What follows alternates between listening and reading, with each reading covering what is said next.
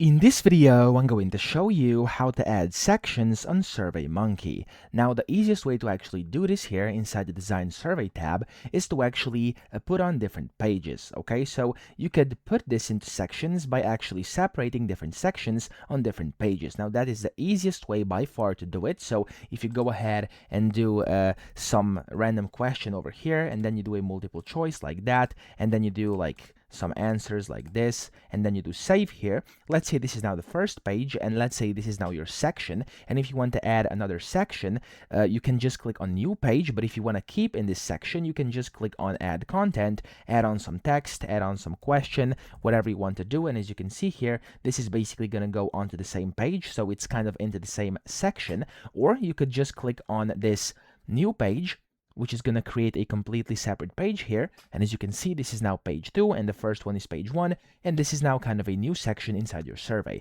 Now, of course, there's also sections where you're adding content, so that's what you meant. You could add sections by clicking this plus button over here, which will basically allow you to put on a question or a text or a page break as well. So let's say you want this to be a separate section here, and then you want this text to be a separate section. You could click on this plus between them, click on the page break over here, and it's basically going to create a page break again, and it's going to essentially add this as a separate page and a separate section. Okay, so those are all the ways you could add sections. I hope this video helped you out. If it did, please subscribe to the channel and help me out as well.